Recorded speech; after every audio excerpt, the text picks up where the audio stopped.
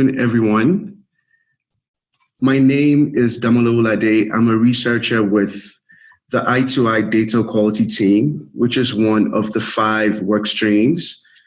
We have the other work streams are measurement, client insights, the application lab, and the portal.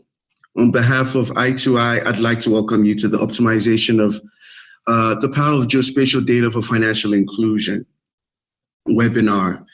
This webinar is a continuation of the platform in which our geospatial data for financial inclusion community of practice share experiences. It has typically been a closed conversation between the core members of our GIS for FI COP membership, but we've recently had interests to open up the conversation to a wider audience and stakeholders. However, what that would mean is that we all can talk at the same time. So I appreciate the fact that you guys are muted.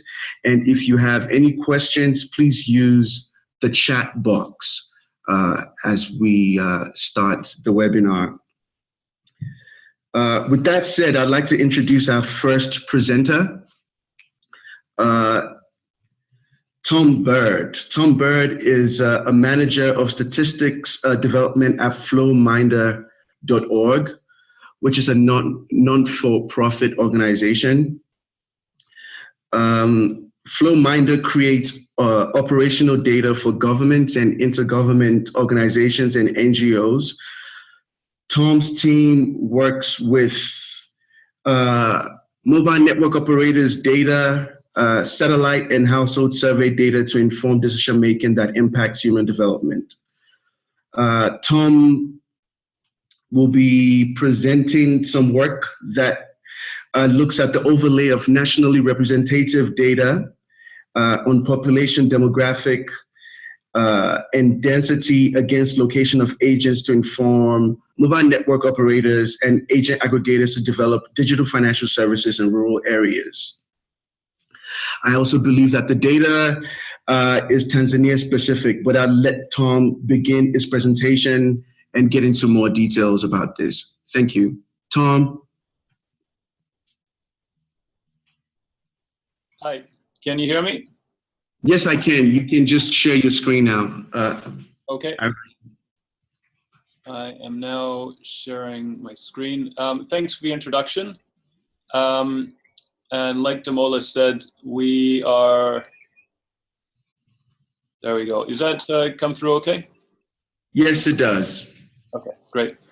Like Damola said, I'm from the Flowminder Foundation and the World Pop Project at the University of Southampton. And with me I have Xavier Vollenweider from the Flowminder Foundation and Veronique Lefebvre, data scientist from Flowminder as well. And before we get started, I'll just give us a brief introduction to the Flowminder Foundation and WorldPop. We are a non-profit foundation working with data providers, government agencies to create operationally relevant data for the support of vulnerable populations and sustainable development. And we work with organizations such as the Gates Foundation, the UNFPA, and a number of other organizations from around the world. And we're best known probably for our work with call data records, in which we take mobile phone operator data and apply them in development and humanitarian contexts, such as the spread of disease in Haiti and Africa, and also the displacement of populations in Nepal. The World Pop Project is a academic research project out of the University of Southampton. And our primary focus at World Pop is to provide a demographic evidence base in support of development. And again, trying to allow governments and agencies to get better information about the distribution of vulnerable populations. So we create population density layers at 100-meter resolution throughout low and middle income countries, and also look at population characteristics such as poverty, literacy, and population dynamics. So we've recently started working with the CGAP and the Bill and Melinda Gates Foundation to try and turn some of these demographic insights that we're used to doing in an academic context to understand the mobile financial services context. And our goal with this project is to basically understand what are the factors limiting uptake of MFS in rural Tanzania.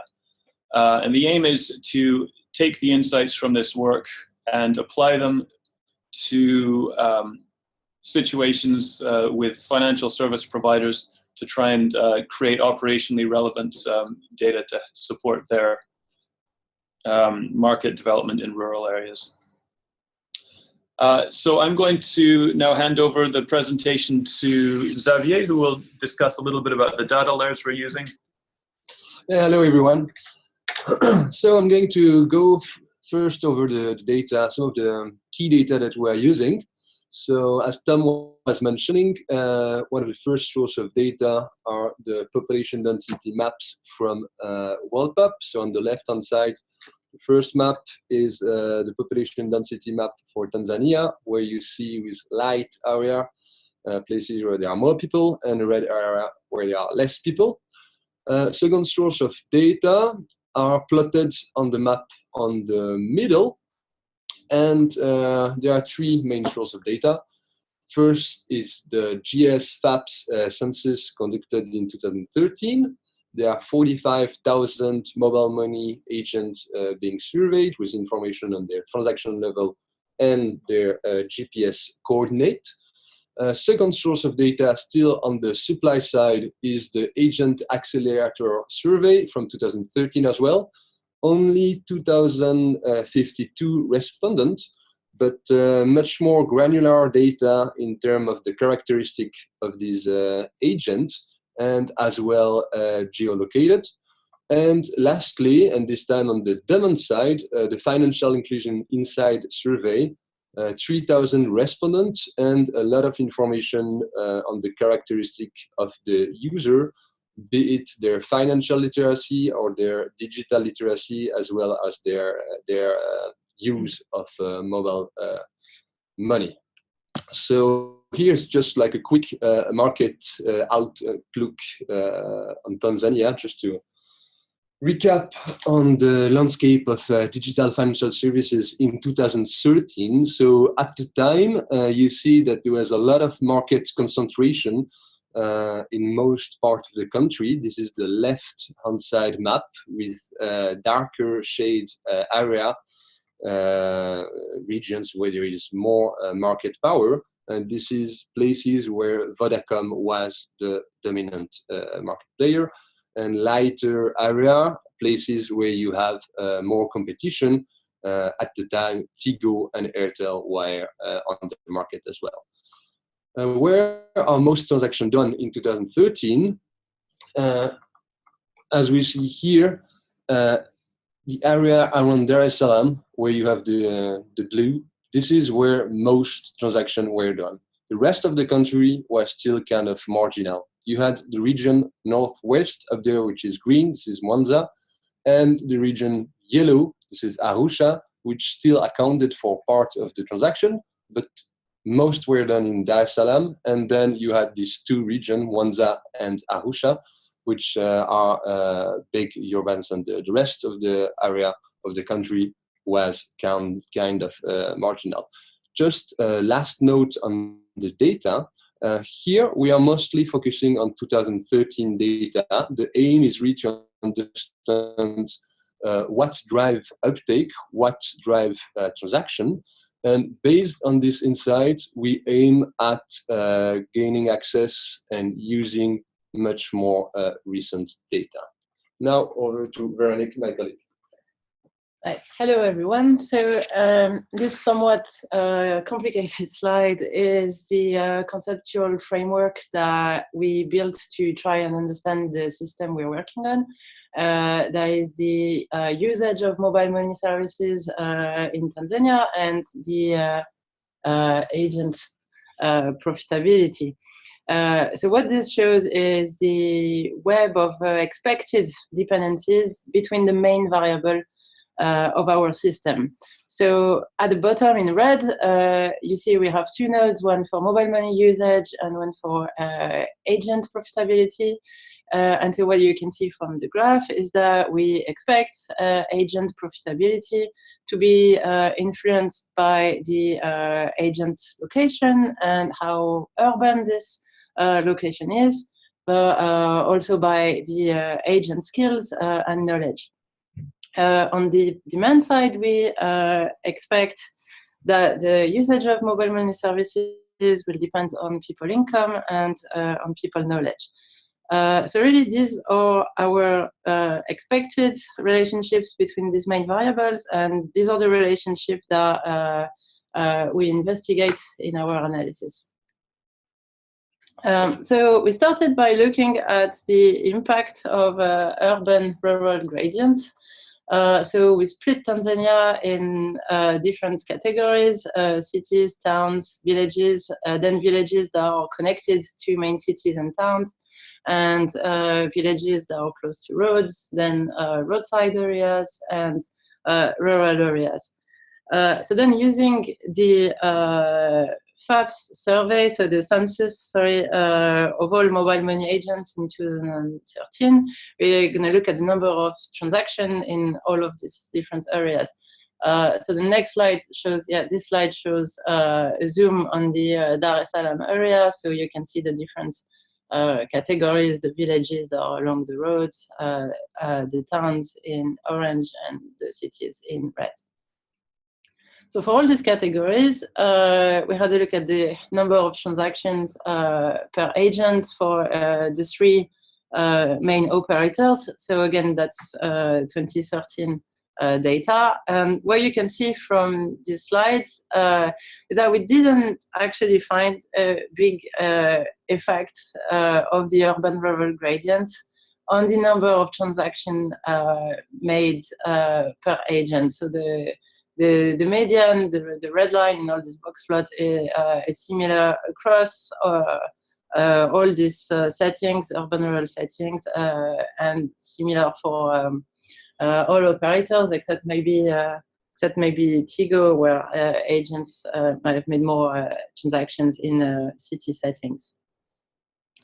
So then still to investigate the profitability of agents and the number of transactions per agents, we had a look at how this varies with the number of people around an agent and the number of other agents around an agent that is in a 5 kilometer zone around the agent, which we can say is a catchment area. So what you see here on the graph of the left is the relationship between the number of people in a till catchment area and the number of other tills in that area. And so it's a very determined relationship. It's roughly 100 persons per till. So we don't know if whether this was some operators told us that they have a target indeed of 100 persons per till, but we don't know if this was a passive or an active strategy, but it's nonetheless a very marked relationship between the number of people and the number of tills in an area. But so then what we looked at again is the number of transactions per agents, depending on these two variables: number of people in catchment area and number of other tills in the catchment area. So these are the two figures you can see on the right. And so at the top right is number of transactions with respect to the number of tills in the area. And you can see that the relationship is first increasing, but then it seems to reach a main peak and then slowly decrease. And same for when we look at the number of transactions with respect to the number of people in the area. So this is saying that there may be an optimal amount of number of till and number of people, so that to optimize the number of transactions made by one agent. So we had a look again at this number of transactions, but this time with respect to the two variables at the same time, number of people and number of tills in catchment area. That's what you can see on the graph on the right. And so the black solid line on this graph shows the current distribution of agents with respect to number of people, number of tills in the area. And so the colored band shows where the most, how many transactions are made for in the area of the graph. So you see the red band is where the number of transactions is maximum, and you can see that the current strategy to place agents does not follow exactly the red band. So what this means is that if the number of people per till were following the dashed line instead, that would optimize the number of transactions. And so what this means is that it's in very densely populated area. This could be a need for more tills per person, whereas in sparsely populated area, maybe less tills needed than 100 per person in order to optimize the number of transactions per agent. So from this relationship, we can now infer for the whole of Tanzania where more agents should be placed. So this is really a preliminary analysis, and again, it's based on 2013 data, the FAP survey census in Tanzania. But this is one of the aims of our project, to be able to do high-resolution maps of where to place agents and also where to place rebalancing points. So this was for the supply side, and now Xavier is going to talk about demand side. Yeah, great. So demand side, according to the discussion we had in Dar es Salaam with various stakeholders, be it MNO, experts from the MNOs, or from the government, or from think tanks, we have understood that knowledge about mobile financial service, be it framed in terms of education, literacy, digital literacy, financial literacy, has a huge impact on the usage of mobile money. And that poverty as well, naturally, was a big driver, alongside other dimensions. So we used, for the time being, mostly the financial inclusion insight survey, this survey with 3,000 respondents. We might add other surveys, such as FinScope, in the coming weeks.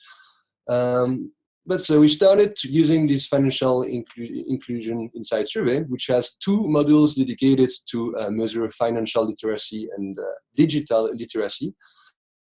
Based on this series of questions, we created a set of indexes. On this map, on the left, not this map, but this network graph on the left-hand side, the important point is the red dot. This is active mobile money usage. Once we had this variable, we tried to understand how it did correlate with all the other variables that we built, be it variable related to knowledge, the yellow one, to poverty, the green one, to socio-demographic characteristic, the blue one, or to geographic characteristic, the purple one. Looking at the correlation between these variables, we saw that actually what is much closely associated with mobile money usage is all these variables related to knowledge and household poverty. This is really like the key driver, apparently, of active mobile money usage. Interestingly, all the geographic characteristics, the purple one on the left, such as distance to mobile money agent, mobile phone coverage, being located in a remote area, being located in high altitude, etc., mostly act on active mobile money usage via contextual poverty. Contextual poverty being here measured with World Pop poverty map. And then you have the socio-demographic characteristic, which appears to be mostly kind of peripheral variable. This informed the choice of our variable in order to construct a model of expected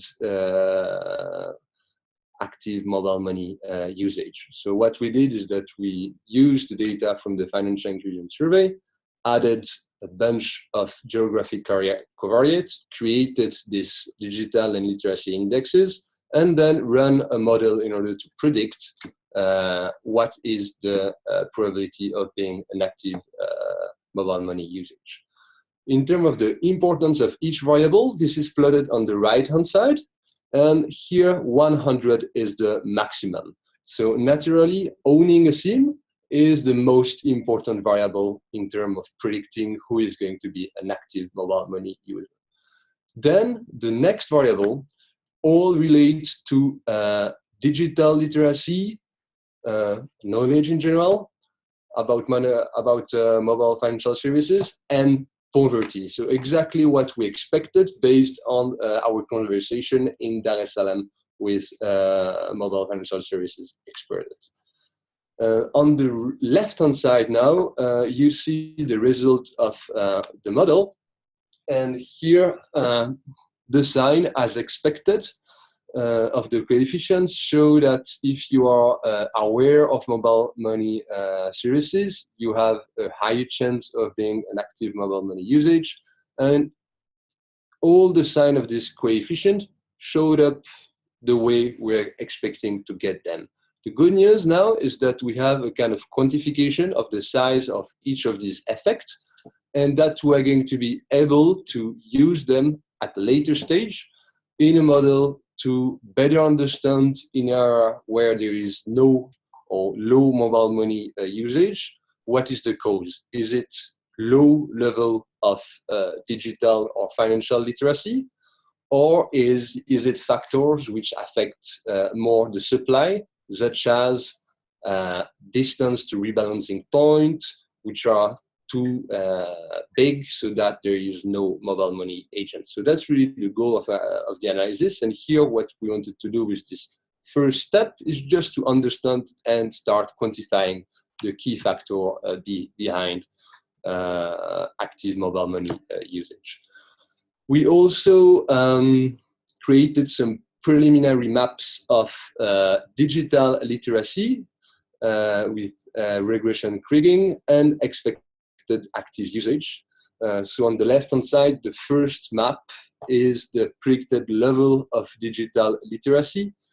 The green area shows maximum digital literacy, and red area minimum digital literacy. Just in terms of the definition of digital literacy, this is simply the ease and the ability to use your mobile phone and follow voice or text menu, which are everywhere when it comes to using mobile money.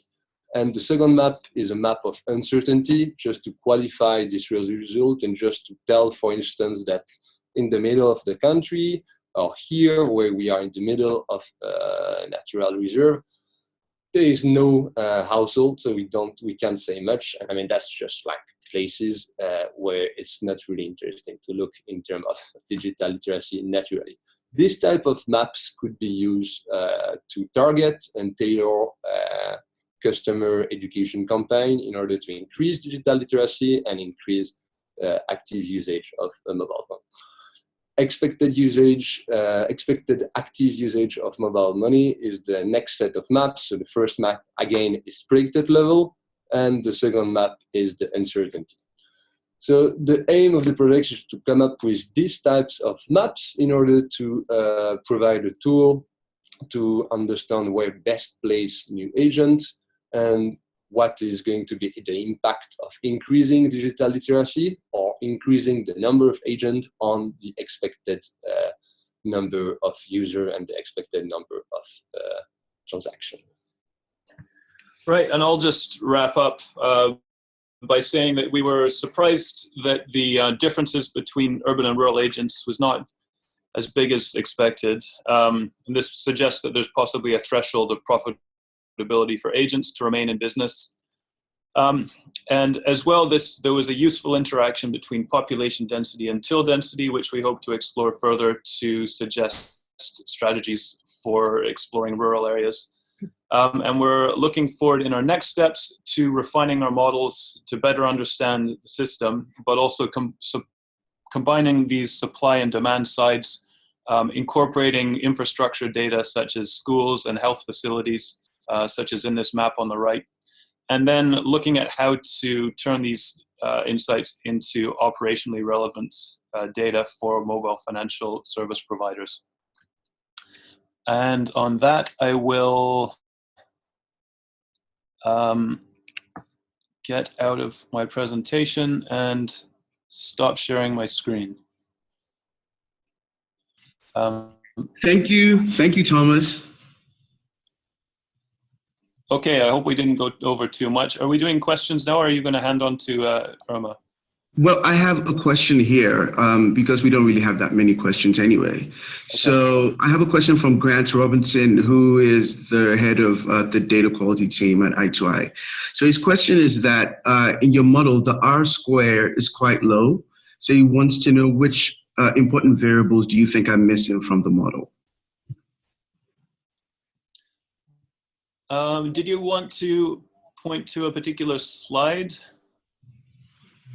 I guess I'll take here. Yeah. He says prediction slide. Yeah. Do you want me to go over it? Or? Yeah, go for it.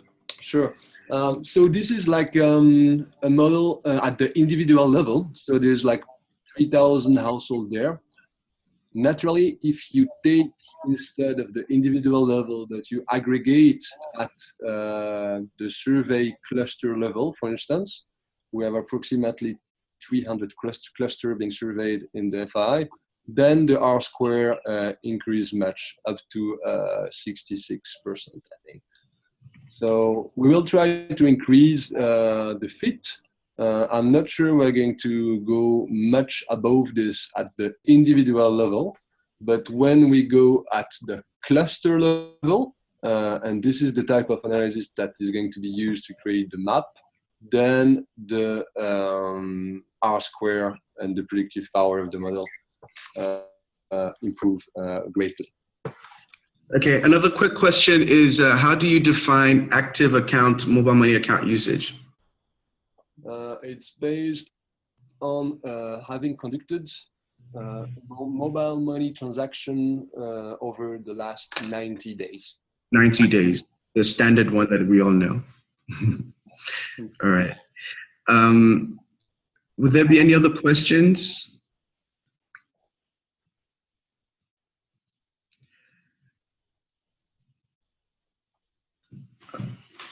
Well, on that note, I think we can move to the second presentation then. I'd like to introduce Irma Grondlin, who's the director of Yakini Consulting.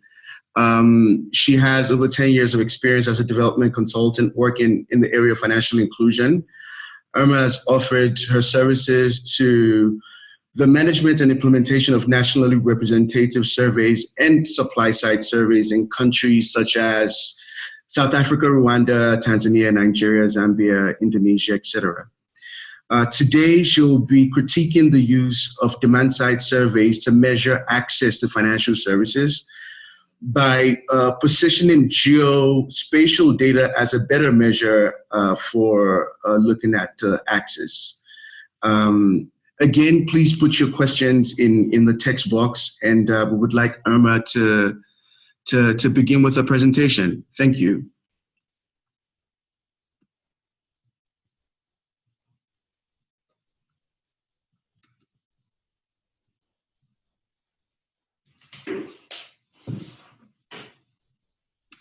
Irma?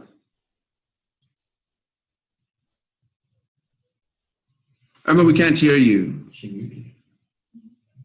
And she's not muted. You want to mute yourself? No, she's not muted. She's not talking. Maybe the mic isn't.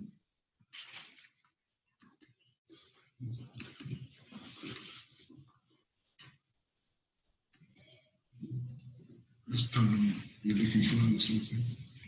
Okay, so we are just trying to get Irma to begin a conversation, the presentation, and I see that she's online, but she's not saying anything. Irma?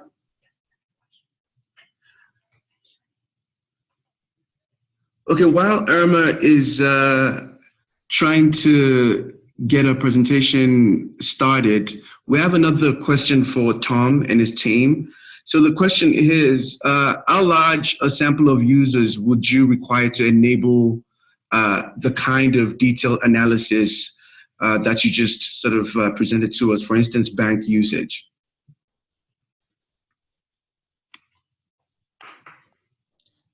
That's a good question. And it really depends a little bit on the effect size that we're looking at. But as a ballpark figure, I would say something like 10,000 would be a good number.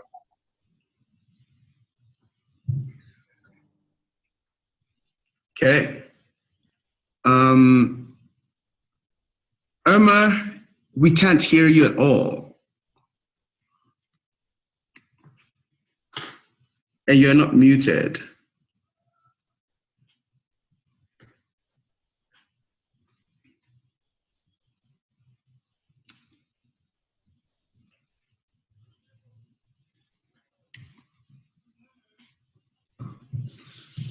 Let's clap something. It's time. She's on. She is on. She's offline still. On my Skype, yeah.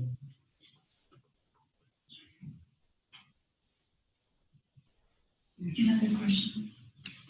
There's another question? Okay, Tom, we have another question for you. How do you define household poverty, and to what extent does it influence the variables for the uptake of mobile financial services? So for the household poverty index, we relied on a set of questions in the FII. So there was notably, I think 6 or 7 questions, and some of them were typically, were you able last month to cover basic expenses such as food and clothes? Other were related to if you need to ask for help to cover these basic expenses. And so we created a series of 6 or 7 variables and ran logistic principal component analysis to obtain scores. And these scores were then used as household poverty index. We do also have some other data, notably the progress out of poverty index directly in the FI, but as I didn't have the exact way of how it was computed, I was feeling kind of more comfortable in creating a node index based on a set of questions easily identifiable. Then in terms of their impact on the probability of uptake, I should look again on the slide, which are expressed. Where are the slide? Here, yeah. So we have household poverty index, which is the last one. So we had 1 standard deviation in household poverty index score, decreasing the probability of being an active user by 6 or 7%. Does it answer your question?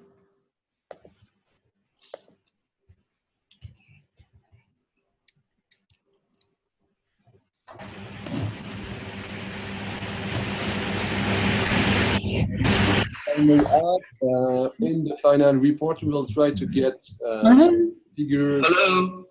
Can you hear me now? Yes, we can hear you now, Irma. Okay, I'm going to leave the video off and just present because I've got it now sorted. I'm not going to turn anything off again, okay? Go for it.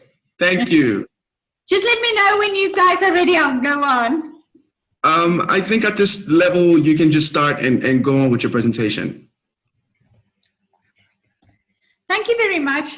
I'm really sorry about that.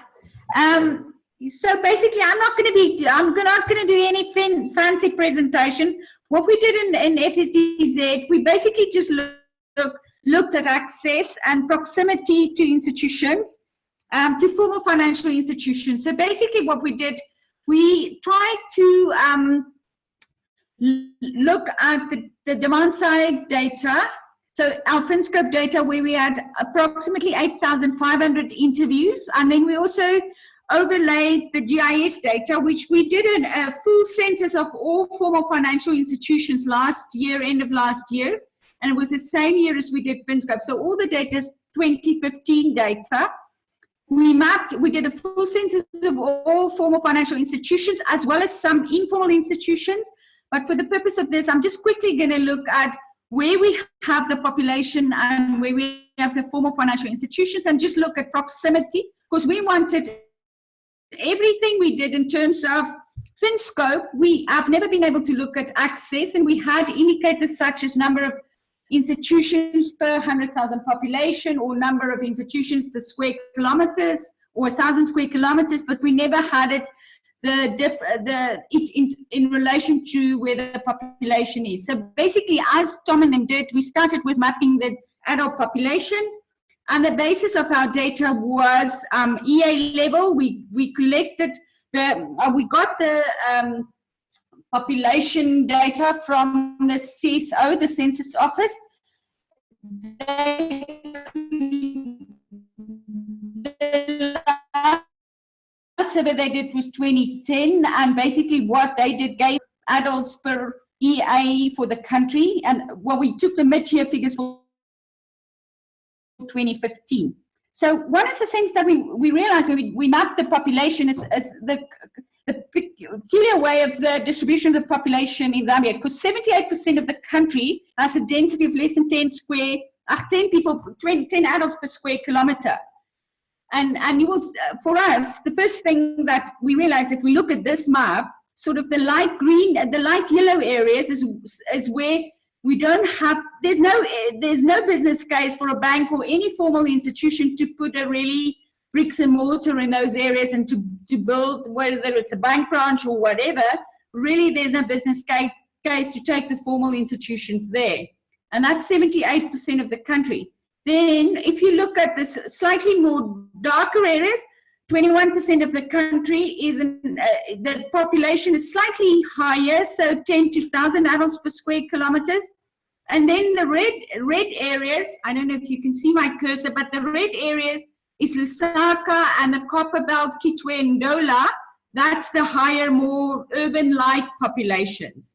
So basically, that is the reality that we face with if we want to look at access to formal financial institutions. So less than this is 99%, 1% of the population is very highly dense areas.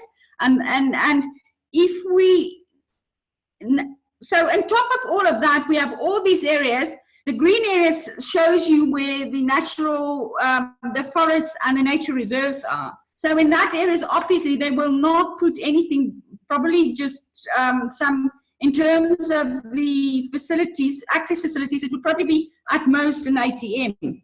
So basically, that's where we started. So if we now look at the commercial, I'm going to go through the different facilities or the different access points that we look at. And first of all, I just want to map, this is the banks and all on-site ATMs. And you will see that it's clearly that these banks are all along the main roads of Zambia and also in the higher density. So it's either the red areas or this, so the more darker yellow, orange areas. So basically the denser areas we find the banks. And then if we also look at offsite ATMs, gives you obvious, if you look at that, that's the start. You will see in some of the rural areas we have offsite ATM, or people access to bank service points. And then if you then start adding the bank agents, now for the first time you see some penetration in the rural areas. Bank agents, which is the red stars on our map, is still on the road, but it's also, and a lot of them are still in the more dense areas. but we are starting to penetrate the lower density areas with bank access point. So we took all of this and we started with our analysis, and we saw 36% of adults in Zambia and most countries, we use 5 kilometers as a sort of a buffer around a point, as an area of, well, I don't want to say easy access, but we feel that in Zambia, 5 kilometers is used as the area where people could reach it, reach a point within, say, 30 minutes, even if they are walking. You know, so we've used 5 kilometers as a cutoff point. So we calculated that 36% are within 5 kilometers of a bank branch or an ATM of a bank.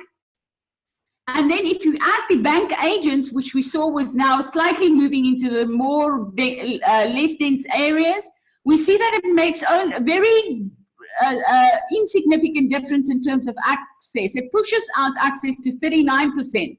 So basically with 3%, because of the areas in which they are now located, it's not so much more, there's still very low population density. So even if they go into those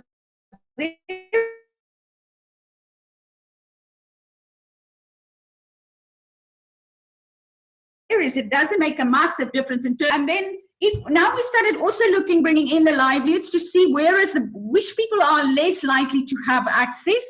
We mapped the nearest bank access points, and we saw that 64% of all our adults in Zambia is closest to a bank agent, 17 to a bank branch, and 19 would be closest to an ATM. If we start looking at distances, we will see that we looked at median distance rather than average distance from an access point, because if you map this, if you look at the distribution of distance from an access point, we see that it's not a normal curve. It's much more skewed towards it's skewed towards lower distances, but it's not a good. The distribution is very skewed. So instead of looking at average distance, we looked at median distance from a bank, which is, and when we looked at that, we saw that 50% of adults are within 5 kilometers of a bank service access point, any point, whether it's with the ATM, bank agent, or an branch. And then when we start bringing in the livelihood and looking at livelihoods, we see that 50% of farmers are more than 19 kilometers away from a bank access point. So very significant in terms, when we start looking at livelihoods, farmers are very significantly different from any other of the livelihoods. In terms of Zambia, the most prominent or the main livelihood is formally employed, which is very different to other countries. We have around about 15% of adults being employed in Zambia. We have business owners and farmers are the other two that's very prominent. Most people in Zambia, the main livelihood is farming. And if you look at the median distance to the nearest bank access point, we see that farmers are significantly further away from these points than any of the others. The median distance for formally employed, whether it's a bank agent, an ATM, or a bank branch, is 1 kilometer. The same for business owners, where we go to banks, it's 20 kilometers. So much further away from these points. And then, so we started looking at the relationship between distance from an access point and uptake, and we saw that 79% of bank adults are within a 5 kilometer radius from the nearest access point, 55%. So definitely uptake drops very significantly with distance. So only 55% of unbanked adults are 5 kilometers from an access point. If we look at the unbanked adults, there's the median distance from any access point is 3 kilometers. The median distance for banked adults is 1. But once again, when we start looking at farmers, we will see that they are much significantly.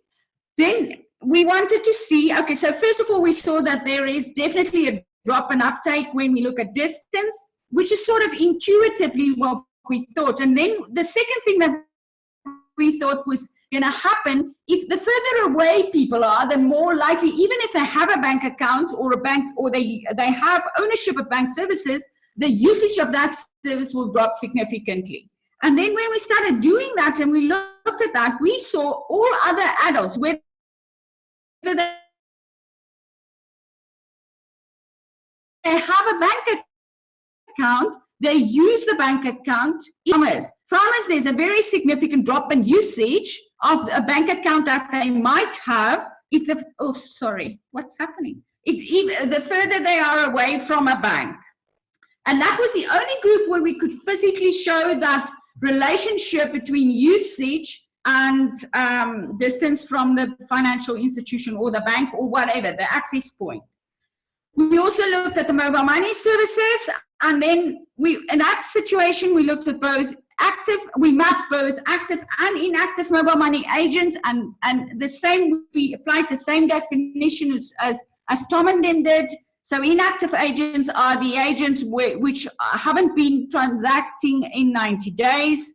And then what we said, we also asked them some questions. We asked them, why did they become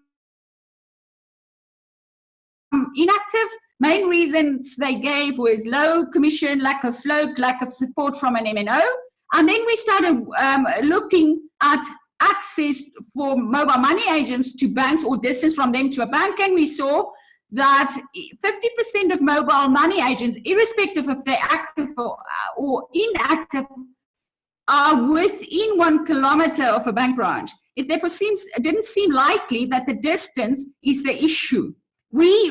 So even if they say they run out of float, it's probably because of mismanagement rather than distance to a bank that they are not, it's not the distance from the bank, it's the mismanagement of the float that, results in them running out of float. Once again, we looked at livelihoods and we saw that there's a significant difference between farmers and others. 50% of adults are within 1 kilometer of an agent, while 50% of farmers are more than 15 kilometers away from a mobile money agent. And also what we did see, that only 5% of farmers are using these services, and you can see my usage there per livelihood and also the mean distance. Okay, I also just quickly want to look at microfinance institutions. Once again, we know that microfinance institutions have been established to serve rural areas and to specifically serve farmers in rural areas. So in this map, you will see that we overlaid the locations of banks and we overlaid it with mobile money, mobile microfinance institutions. And we see that not only are the banks and the microfinance in the same, MFIs in the same locations, we also see that they serve similar clients. In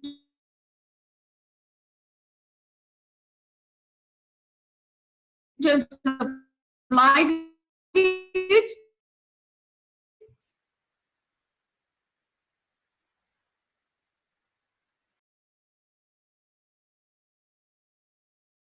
very similar, although MFI owners and banks slightly more likely to serve. The 67% of MFI clients were also bank clients, and they used banks. So it seemed like the MFIs were not reaching out to those people who were supposed to be their clients, the rural areas, business owners in rural areas, farmers. They were serving the same people, and when we asked those through FinScope, we asked bank and MFI, those who had both a bank account and an MFI account, they said they used banks for saving, and because they regarded them as safe and they earned more interest, the employed guys had to put their salaries in the banks. And the main reason why they use MFIs is to access credit. They can't access credit through the bank, so they access it through the MFI. So it doesn't seem, more than the credit, these guys are not really getting the service they needed from the MFIs. Okay, in terms of distance, MFI is slightly further away than the other facilities, and the bank services that we looked at before, they are 50% of Zambians are within 8 kilometers of a service access point. It does seem that it's those who are not using MFI seems to be slightly further away than the ones who are using it. The ones who are not using the microfinance institutions have is 9 kilometers, while as those using it is 2 kilometers from an access point, which there does seem to be some kind of a relationship between distance and uptake. And then once again, if we look at our farmers, MFIs are supposed to serve the farmers, and we see definitely there's a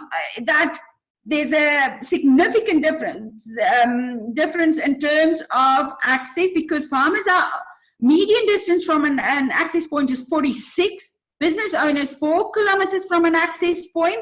But I think there is a need for farmers to use microfinance, so we are making the case that they are not where they are needed, because if you look at the percentage farmers served by microfinance institutions, it's 2.5, even though they're 46 kilometers away from it. The business owners within 4 kilometers are only 0.6 using those services.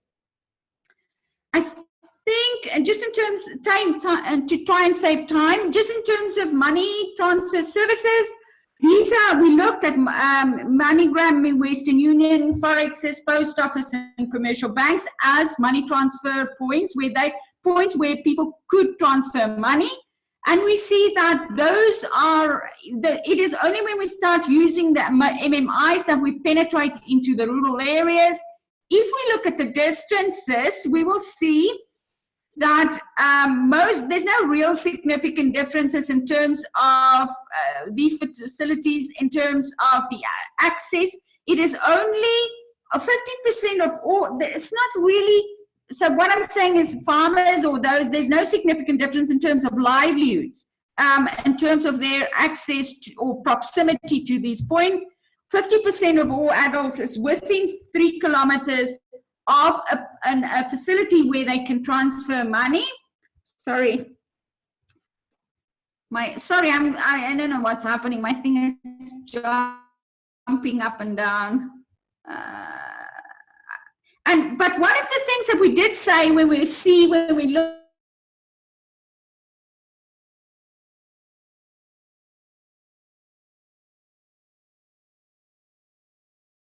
when we started looking into more, when we looked at the money transfer points, we saw that 44% of mobile money agents told us that they at some point run out of cash, and 36% said they run out of e-float at some point in time. So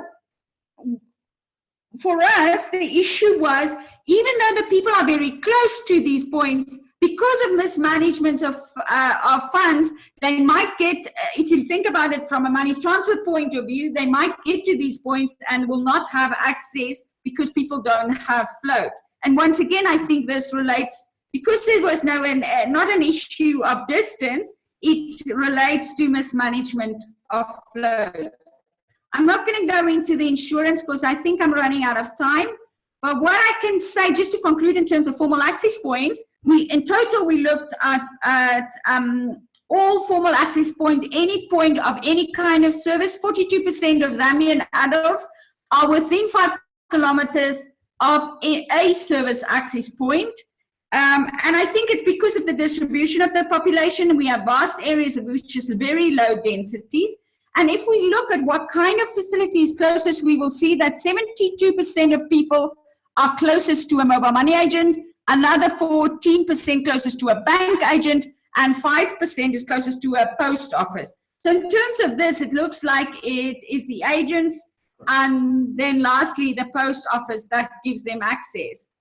But we also see that business owners are less sensitive to access, less sensitive to distance, because if you look at this, if you look at my table on this slide, we will see 28% of farmers are formally included, business owner 46% formally included, formally employed 74%. If you start looking at the distances, we see that both farmers and business owners are the nearest, well, the median distance to the closest point is for business owners, a formal uptake of informal services. It seems that they are less sensitive to distance because they are probably more likely to use these facilities more often. They need these facilities more often, they use it more often. And that is probably also why we saw that farmers were less likely or less sensitive or less likely to use it, even though they have a facility the further away. They might not need it in the same way as business owners. They might need it only when they get harvest or when they need certain kind of services. So we were quite excited because for the first time we could show the relationship between usage and distance and uptake and distance, and also where our farmers are really, why we have such low percentages of served farmers because of the distribution and access. Then what we did was, I just want to sort of conclude with one thing that I thought was quite exciting. When we mapped the formal financial institutions, we also mapped potential access point for farmers. So we mapped markets and input providers as well to see where they are in terms of their proximity to farmers. So basically, I'm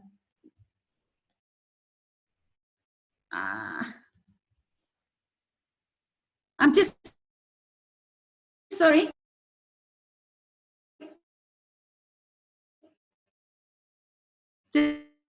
This is the distribution of input providers and farmers.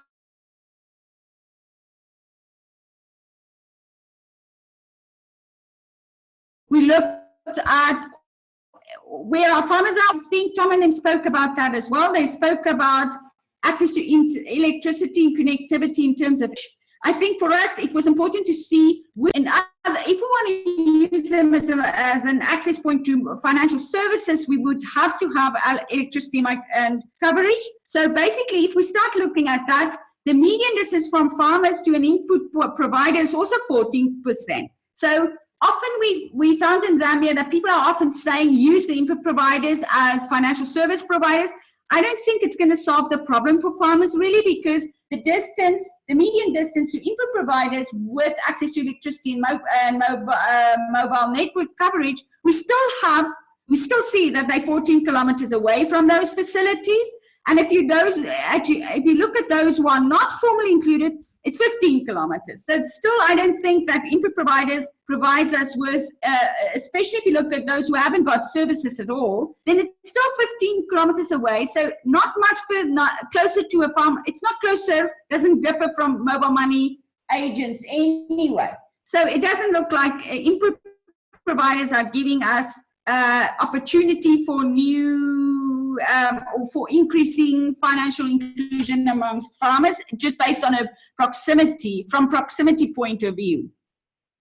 And also, if you then look at the agriculture markets, we also mapped the agriculture markets, and we saw 50% of our farmers are within 13 kilometers of an agriculture market. But if we then start looking at farmers who are not formally served and their access to these markets, we see that the markets, when we map them, 40% of these markets already had mobile money agent, 11% of bank agents, and 5% of mobile MFIs. If we look at those, we see that it still doesn't make any difference. We still see that the unserved farmers are still 15 kilometers away and even further away from markets which already have points where they can access these services. So in terms of that, we are not, basically, I just want to stop there now, because I think I've thrown a lot at you, but I do think what we're trying to look, I just wanted to illustrate the principle of using the data that we've gotten the GIS to really looking specifically at the farmers, because this is where we want to push increased access. And at this point, what we have come to the conclusion that everybody's been saying, use the markets, use the input providers. In terms of the findings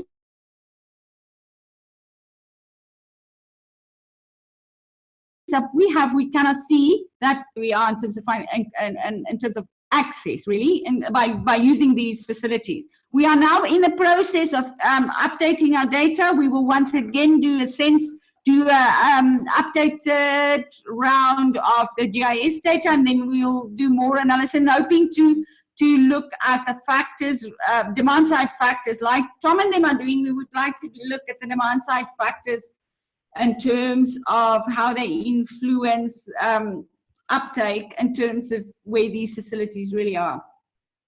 Thank you. That's basically what I've got my stood. Thank you, Emma. Thank you so much, Emma. I really appreciate the way you've glided through your presentation. So we're just going to take 2 questions for you, and then we will wrap it up. Are you there? Can you hear me? Maybe. Hello, Emma? You back? Emma? Yeah? So Can you hear me? there are a couple of questions, and I just want to ask them. Yeah? Okay, so there's a question about whether it is possible to forecast the banked rate if additional access points are added. And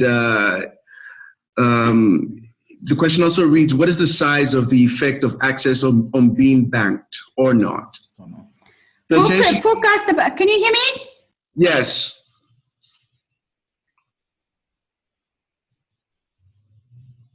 Hello? Can you hear me? Yeah. At this point, as I said, we are just at the point of where we mapped it and we looked at distance, really just looked at proximity. For us to be doing forecasting and looking at that, we will have to bring in other factors, and we can't just look at that in isolation. One of the big things we've seen, if you just look at the last few slides, there's a very significant relationship. Farmers don't only have access to financial services, they also don't have access to markets. And you can't just look at a bank and those things in isolation. We would have to look at it broader, and we have to bring in more factors to start doing any forecasting. This was just our initial first analysis looking at proximity, because we've always had perceived proximity from our FinScope data, and we've never been able to really look at to know what the real situation is in terms of proximity to financial institutions. So this was our first step. It's just, well, I've got some more and I've got a lot more, but this was just the first look at proximity, and now we'll bring in the other analysis. So I'm not, yeah. Okay, so the other question here is that it reads, are we sure the 2.5% of farmers who use the service are the same farmers experiencing the 46 kilometers median distance? No.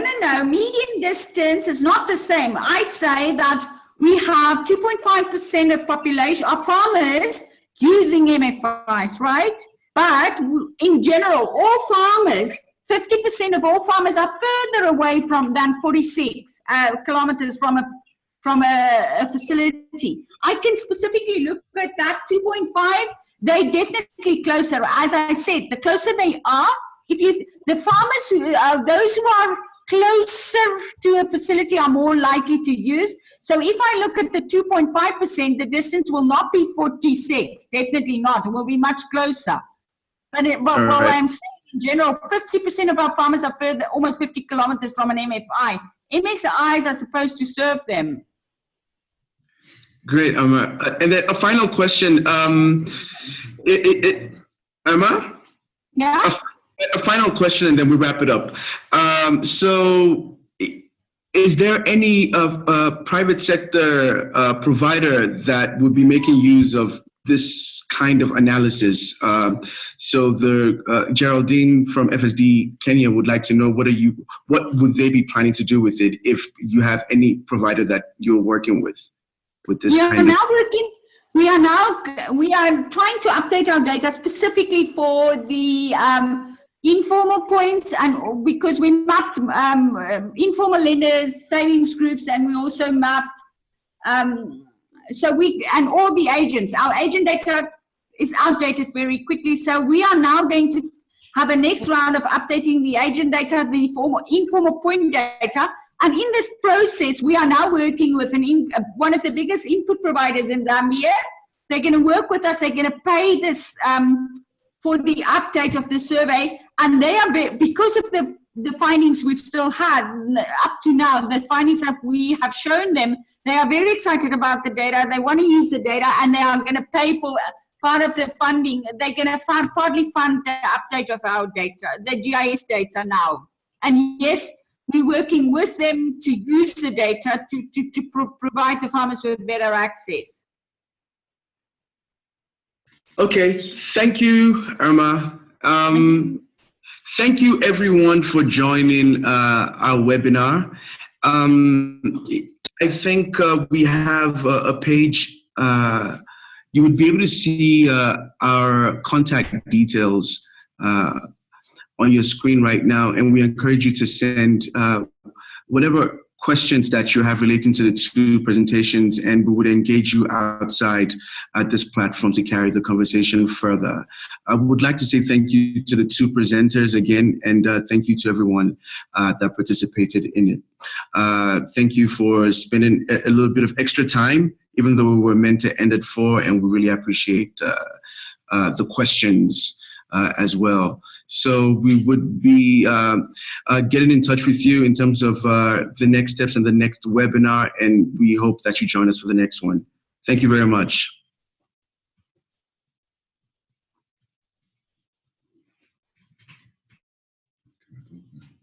Thank you.